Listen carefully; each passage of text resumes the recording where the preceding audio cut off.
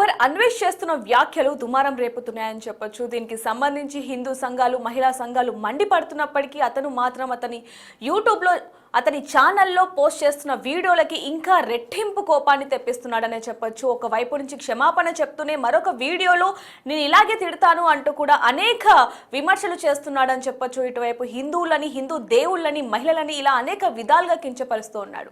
దీనికి సంబంధించి అనేక మంది మాట్లాడుతున్నా కూడా ఇంకా రెచ్చిపోతూ ఉన్నాడే తప్ప అసలు క్షమాపణ చెప్తున్నప్పటికీ కూడా ఆ ఇంగిత జ్ఞానం కూడా లేకుండా ఇష్టం వచ్చినట్టుగా మాట్లాడుతున్నాడని చెప్పొచ్చు. మరి దీనికి సంబంధించి అనేక మంది స్పందిస్తున్నారు. ముఖ్యంగా అన్వేష్ కి సంబంధించి సాంప్రదాయాలు, హిందుత్వానికి సంబంధించి కూడా మనతో పాటు మాట్లాడడానికి రాధా మనోహర్ దాస్ గారు అయితే జాయిన్ అయ్యారు. ఆయనతో కూడా మాట్లాడదాం. నమస్తే అండి. నమస్కారం గురుగారు. గురుగారు, అసలు ఎక్కడికి వెళ్ళిపోయారండి? ఒకవైపు నుంచి అన్వేష్ చేస్తున్న వ్యాఖ్యలు మనం చూడొచ్చు. సీతమ్మ తల్లిని తిడుతున్నాడు, హిందువులని తిడుతున్నాడు, మన సాంప్రదాయాన్ని తిడుతూ ఉన్నాడు.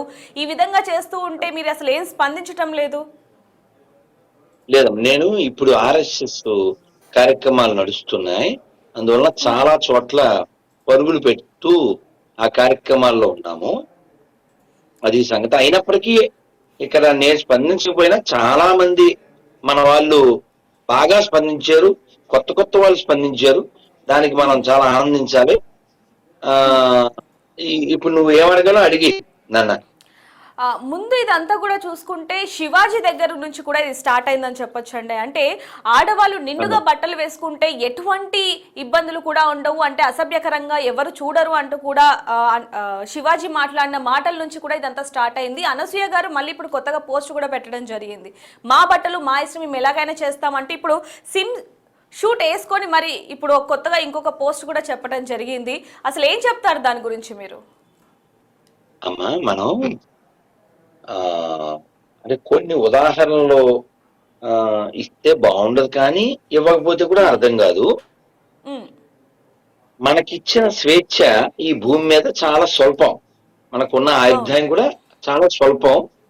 కానీ మూర్ఖత్వం చేత ఈ శరీరం నేను అనుకుని అహంకారం చేత అలా ప్రవర్తించవచ్చు.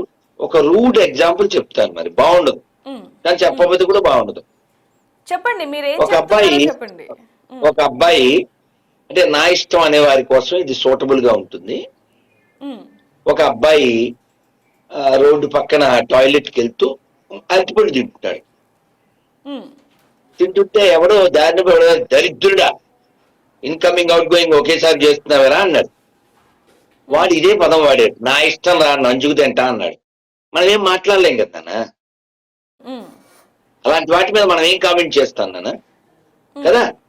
భగవంతుడు మనిషికి మాత్రమే ఇంగిత జ్ఞానం అని ఒకటి ఇచ్చాడు. పిల్లలు చేయి కడుక్కోకుండా తినడానికి వస్తే అమ్మ చేయి కడుక్కోమని చెబుతుంది. మరి ఒక కుక్క డైరెక్ట్ గా మూతితోనే తింటుంది. జంతువులకి ఓ సిస్టమ్ పెట్టాడు, ఆ సిస్టమ్ ఫాలో అవుతుంది.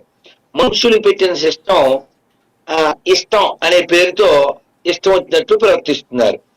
శరీరం ఎవరికి చూపించాలి అనేది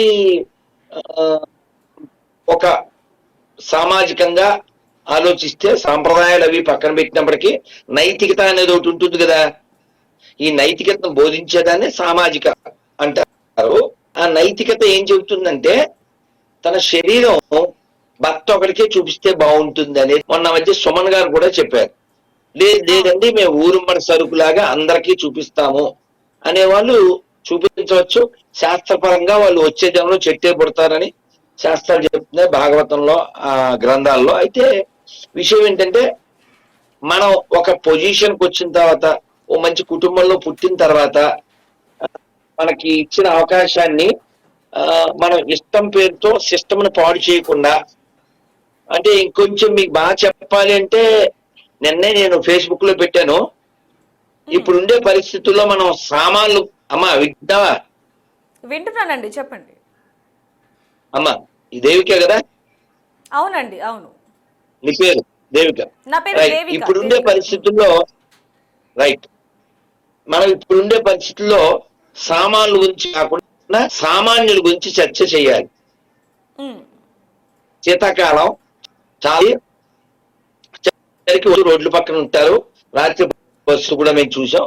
కాబట్టి ఇప్పుడు ఉండే పరిస్థితుల్లో మనం సామాన్లు అనేది వదిలేసి సామాన్యుల గురించి ఆలోచిస్తే ఆ పొజిషన్ ఎవరు పొందారో పొజిషన్ దానికి వాళ్ళు న్యాయం చేసిన వాళ్ళు అవుతారు. లేదు ఇప్పుడు ఒక ఉదాహరణ ఏమిటంటే సన్నీ లియోన్ ఆవిడ ఒకప్పుడు జీవితం ఆ ఒక విధమైనటువంటి జీవితం జీవించింది. కానీ భారతదేశానికి వచ్చి ఆవిడ చీర అది కట్టి జనగణమన వందే మాతరం ఇలాంటివి కూడా ఆవిడ పాడుతూ చాలా ఒక ఇన్స్పైర్డ్ గా ఉంది కదా, ఇన్స్పిరేషనల్ గా, అవునా?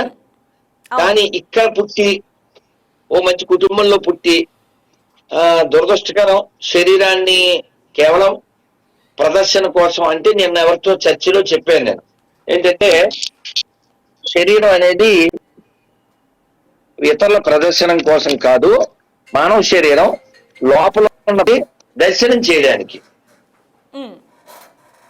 కాబట్టి మా శరీరం మేము చూపిస్తామంటే ఓ మంచి ఉదాహరణ ఇస్తాను. మీరు తుకారాం సినిమా చూసారా? పాతదే, భక్త తుకారాం. చూసామండి. ఆ సినిమాలో కాంచన గారు ఇప్పుడు ఆవిడ పెద్ద ఆవిడ అయిపోయి మొన్న కర్ర పట్టుకుని ఏదో ఫంక్షన్కి వచ్చారు. ఆవిడ చాలా అందగత్తే. ఆ సినిమాలో డాన్స్ అది చేసి తుకారాం గారికి వికారం తెప్పిద్దామని అనుకుంటుంది. అప్పుడు ఆయన ఒకసారి అద్దంలో చూసుకో, నీ నల్లని జుట్టు తెల్లగా అయిపోతుంది, నీ గట్టిగా ఉన్న చర్మం లూజ్ అయిపోతుంది, నువ్వు నడవలేని స్థితికి వస్తావు, ఇదే భవిష్యత్తు, నీ పళ్ళు రాలిపోతాయి, చూపు పడిపోతుంది అని ఆవిడ గడ్డి పెడతారు. ఆవిడ కాళ్ళ మీద పడుతుంది. ఇటువంటిదే మా సాంప్రదాయంలో హరిదాస్ ఠాకూర్ అని ఒక ఆయన ఉంటారు, వారి విషయంలో కూడా జరిగింది. సో కాబట్టి ఈ శరీరం శాశ్వతం కాదు, ఇది మా భగవంతుడు మనకి ఇచ్చిన పెద్ద గిఫ్ట్. దీన్ని ఇష్టం వచ్చినట్టు దుర్వినియోగం చేయకుండా ఉండాలని సెలబ్రిటీల్లో ఒళ్ళు చూపించి ఏదో పొందాలనుకునేటువంటి అజ్ఞానులకి నా విజ్ఞప్తి, అంతే.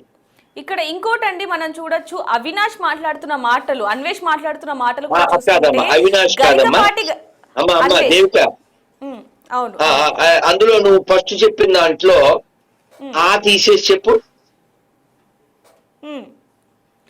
అది కూడా మీరు వింటేనే మంచిది, చెప్పండి.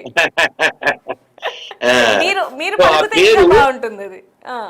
అమ్మ సో కాబట్టి నువ్వు చెప్పిన పేర్లో తీసేస్తే సరిపోతుంది.